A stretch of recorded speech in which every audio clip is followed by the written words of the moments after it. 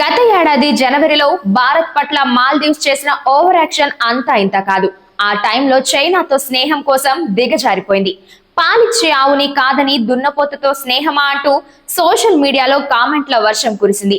ఆ టైంలో బాయ్కట్ మాల్దీవ్స్ పేరుతో హ్యాష్ ట్యాగ్ ట్రెండ్ అయింది.